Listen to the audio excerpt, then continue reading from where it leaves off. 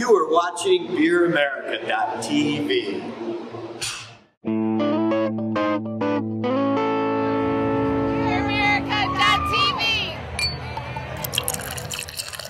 Welcome to BeerAmerica.tv. I'm Michael Tesoro, and we are here with the legendary Jim Koch, who's been on the front lines of the craft brewing industry for over 20 years, who's been a leader in the space, a champion for the space for unbelievable amount of time. It is a pleasure and honor to have you on our show, BeerAmerica.tv. I'll be your designated drinker.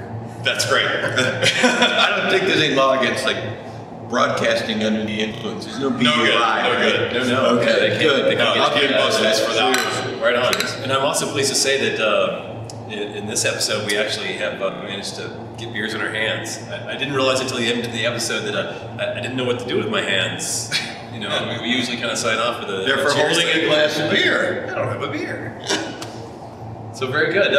We were just talking about sort of what it is that got you in the business to begin with. Well, I was sort of born into it. I guess a little bit different than most craft brewers. I actually came from a brewing background. My father was a brewmaster. My grandfather, my great-grandfather, my great-great-grandfather, my great-great-great-grandfather were all brewmasters here in the United States. So I grew up around beer. I knew breweries, and I always had a little bit of it in my blood. My dad, when he got out of brewmaster school, there were 1,000 breweries in the U.S., and it dwindled to 35 by the time I got the idea of, wait a minute, there's good breweries here in the United States, but as a beer drinker in the U.S., you could not get a great, fresh glass of beer. It just was an impossibility. You could get, the mass-produced beers, which are very well made from a brewer's point of view, but they're not rich, flavorful, real interesting. Or you could get imports, which at that time tended to be stale and skunky.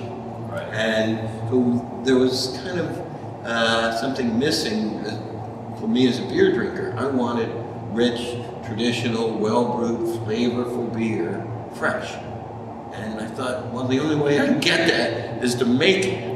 So that was the idea. And as out of your own personal interest to satisfy that need, I dare say you've almost created, or at least helped to create, an entire niche here. Well, that has now become way more than a niche. I wasn't the only guy who wanted a good glass of beer. It turns out there's, God love them, millions and millions of Americans who are now turned on to good, fresh beer. Indeed. I happen to be one. God love you. So looking back on your career, I'm sure you have a brilliant future ahead of you, but looking back, what advice could you give a young brewer, a young brew house? What were some of the secrets of your success? What can you say really helped to catapult and move your business forward? Well, I think, when I look back, what was very important to the success of Sam Adams was, start by making a unique beer. Make something that's not already out there. There really was no great fresh beer available in the United States, so particularly in lagers, and I had family recipes. I was lucky because I had recipes that people had made for 20 years, so they were debugged, they were great beers, they were just 19th century beers, and I thought there was a time to bring them back. So when Sam Adams came out, it was unique and special.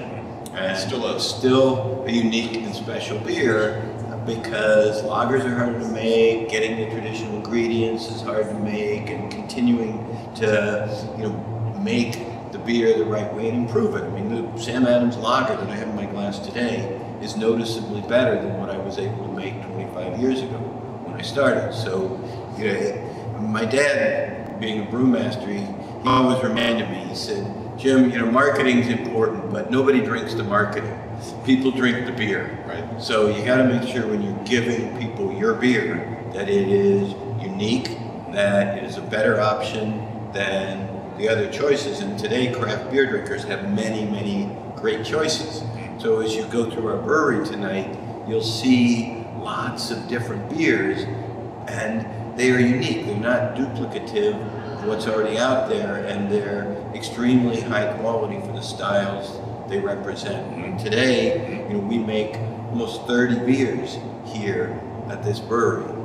Some of them a little strange, some of them unusual, but all of them unique and within the style that they are, among the best that a drinker can get. So the world doesn't need one more American IPA. The world doesn't need another Hefeweizen. Make something that adds to the beer drinkers' choices.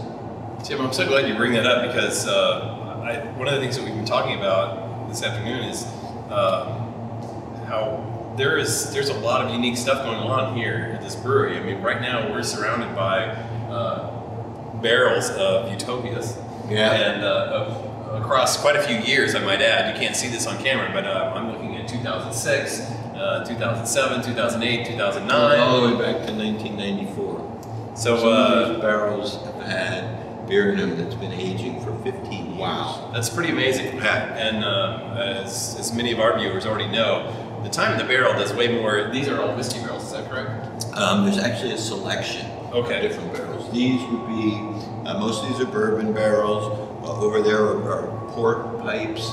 We have some brandy barrels, cognac barrels, some wine barrels used and unused. We have some sherry barrels, and we have some scotch barrels that began as sherry, some scotch barrels that began as bourbon. So we have this whole set of barrels because the wood becomes an ingredient in our beer. Oh yeah. Well, the point I was going to make is that many of us have tasted some of the bourbon barrel-aged stuff, but it's really the time in the barrel that there are chemical changes that are taking place in that barrel that go way beyond just the flavor of the wood, even. Especially with a lot of the stronger beers, where you have some of the precursors to some of these wonderful fruity characteristics that start to come out. So that's pretty. Get this long, slow micro oxidation that changes the alcohols in the beer. So back to 94, did you say? 96? Yeah, 94? We started aging beer in bourbon barrels. I think we're the first American brewery to do that in 92 or 93. Right on. And we'll get some shots of this later, but behind us, or in front of us, behind the camera, we're looking at some enormous, apparently Portuguese they were assembled by Portuguese coopers. Oh, Portuguese coopers, okay. It's hard to find people who can actually take all these staves of wood, shave them exactly to make them completely tight, and then cooper them together. So they're actually Italian wood. Italian Portuguese coopers. And these are apparently full of an enormous quantity of lambic beer. So there's all kinds of interesting stuff going on, and I'm looking forward to tasting some pretty unique stuff tonight. Apparently we're going to taste a lot of different...